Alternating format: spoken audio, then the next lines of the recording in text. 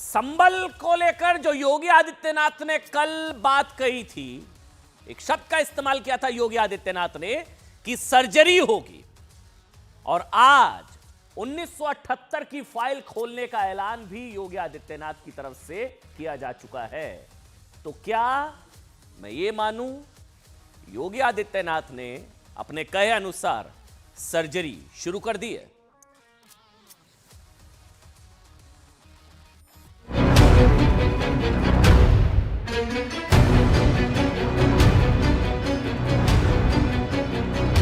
उन्नीस सौ 1978 में 184 हिंदुओं को सामूहिक रूप से जला दिया गया। 9 साल से तो हमारे मुख्यमंत्री जी की सरकार है, बीच में बसपा भाजपा की सरकार बनी, तब ये एहसास क्यों नहीं हुआ? कहा जाता नहीं क्योंकि तुम इन हाथों से पैसा मांगोगे इसलिए उनके हाथ काटे जाते हैं, फिर उनके पैर काटे जाते हैं और फिर उनका गला रेंध करके हत्या होती है। आज की डेट में आप तो मुख्यमंत्री हैं, मुख्यमंत्री के काम निपटा लीजिए, कानून व्यवस्था अच्छी कर लीजिए। याद रखना, जिसने पत्थरबाजी की होगी, जिसने माहौल खराब किया होगा, उसमें एक भी बचने वाला भी नहीं है। तू इधर उधर की ना बात कर, ये बता कि काफिला क्यों रूठा। मुझे रह जनों से गिला नहीं, तेरी रहबरी का सवाल है।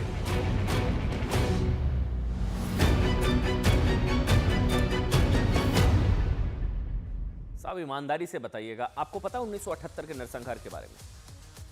दिल पर हाथ रखकर सच बोलिएगा, आपको पता है? क्योंकि अगर मैं सच कहूं, मुझे नहीं पता था।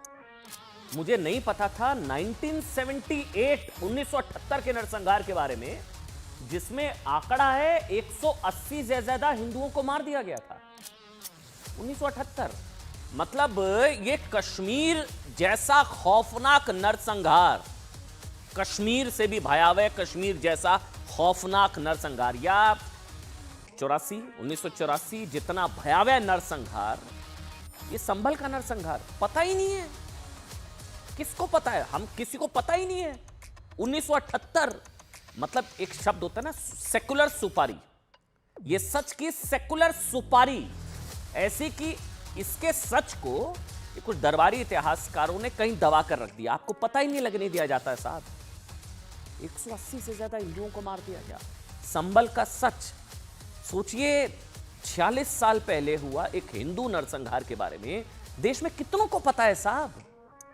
लेकिन अब पता चलेगा, अब तो पता चलेगा, अब तो फाइल खुलेगी साहब।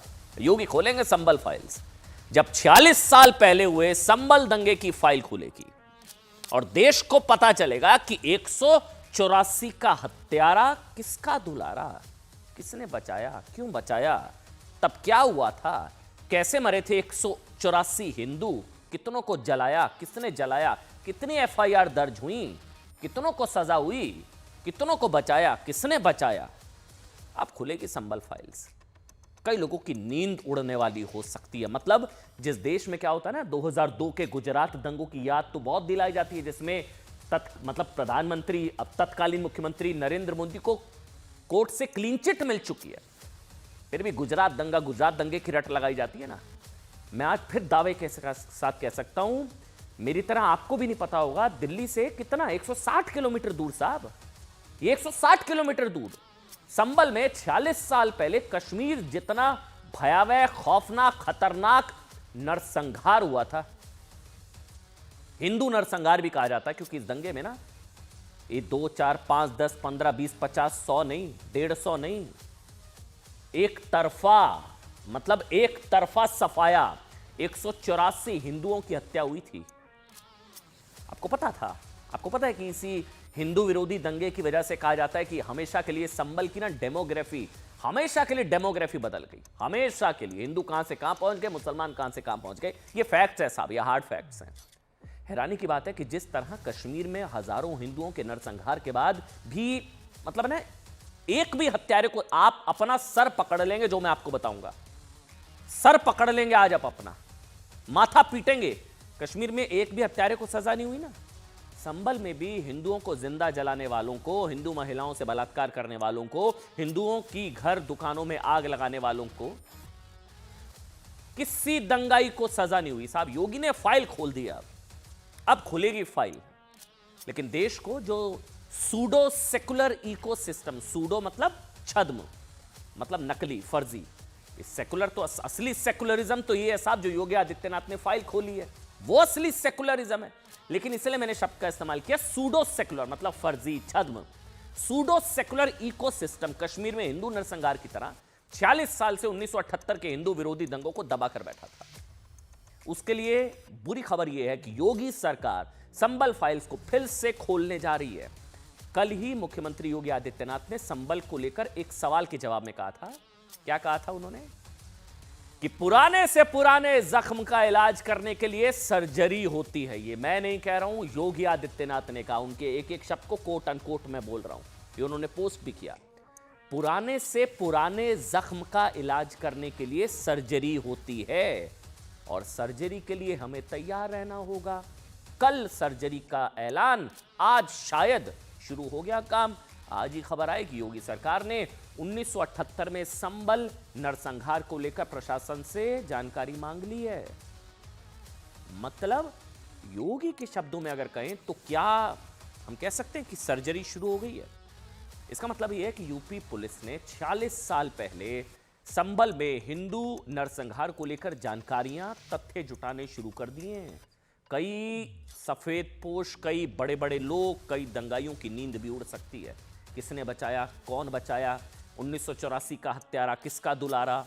मुख्यमंत्री योगी आदित्यनाथ ने भी संबल के इसी दंगे का जिक्र किया था विधानसभा में। आप जानते हैं, उन्होंने कहा कि संबल में 1947 से लेकर अब तक 209 हिंदुओं की हत्या हुई। संबल पूरा एपिसेंटर संबल। 1978 को हुई हिंसा में 184 हिंदुओं के मारे जाने के बाद हिंदुओं ने संबल छोड़ना शुरू कर दिया, पलायन। अब जो मंदिर मिल रहे हैं ना जगह जगह, मंदिर, कूप, कुएं, देवी देवताओं की मूर्ति, ये सब दबा दिया गया। मंदिरों में कोई पूजा करने वाला नहीं बचा इस दंगे के बाद। तो पता तो लगे कौन दंगा, किसने दंगा किया, कितने दंगाई थे। संबल में ये हिंदू विरोधी हिंसा, तारीख सुनिए, 29 मार्च 1978 को हुई थी। होली का दिन था ये, होली का दिन 29 मार्च 1978। राजनीतिक महत्वाकांक्षाओं को लेकर मुस्लिम लीग के एक नेता ने इस दिन हिंदुओं की दुकानें बंद कराने की कोशिश की और जब हिंदुओं की ओर से इसका विरोध हुआ तो दंगे भड़क गए। इसके बाद दंगाइयों ने एक साथ 24 हिंदुओं को जिंदा जला दिया गया, 24 हिंदुओं को। फिर गांव जा रहे 160 लोगों को रास्ते में मार दिया, काट दिया। हिंदू महिलाओं, बेटियों को घर से उठा लिया गया। कश्मीर से भी खौफनाक है साहब ये संबल में जो कुछ हुआ। पीड़ितों के मुताबिक उस वक्त संबल के डीएम थे फरहत अली। ये पीड़ितों की जुबानी में बता रहा हूं, फरहत अली डीएम। अब उनका आरोप है, पीड़ितों का आरोप है साहब कि जब पीड़ित हिंदुओं ने डीएम फरहत अली का घेराव किया तब जाकर पुलिस ने दखल दिया।